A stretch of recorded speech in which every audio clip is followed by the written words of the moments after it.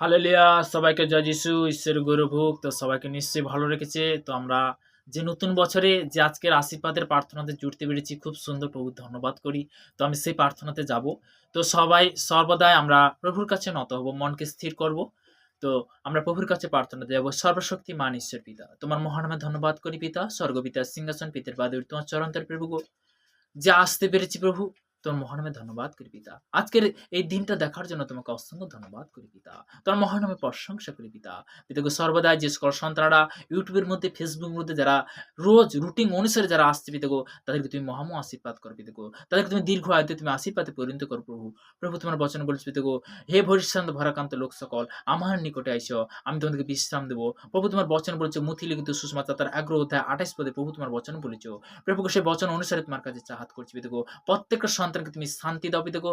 যখন তোমার 14 অধ্যায় 27 পদে বলেছ, শান্তি আমি তোমাদের কাছে রেখে যেতেছি, আমারই শান্তি তোমার দান করেছি। জগৎ যেরূপ দান করে আমি সেরূপ দান করি না। তোমাদের হৃদয় উদ্বিগ্ন না হোক, ভীত না হোক পিতাগো সর্বদাই। আর বচন দ্বারা তুমি বলে গেছো পিতাগো 2 তিমথিয় 1 এর সাথে প্রভু তোমার বচনে বলেছো, কেননা আমি তোমাদেরকে ভীরুতার আত্মা দেননি, শক্তি প্রেম ও সুবুদ্ধির আত্মা দিয়েছো পিতাগো। সেই সুবুদ্ধির আত্মা পিতাগো বিরাজমান করো যিশুর মধ্যে, প্রত্যেকটা সন্তানের ক্ষেত্রে যিশুর মধ্যে, নতুন কি পুরানো পিতাগো, তাদেরকে তুমি আশীর্বাদে পরিণত করো প্রভু। প্রভু সেই বাক্য অনুসারে তোমার কাছে চাহাত করছি পিতাগো।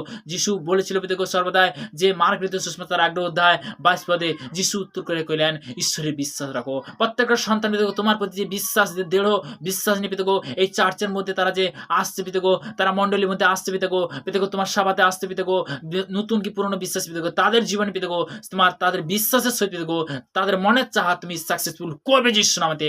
তাদের পজিটিভ বিষয় দেখো, তাদের পজিটিভ তাদের মধ্যে তুমি সর্বদাই বিরাজমান করবে যিশু নামে। নেগেটিভ আমি ক্যান্সেল করি যিশু নামে। পিতাগো এই প্রার্থনা মিষ্টি মহান যিশুর নাম থেকে চালাম।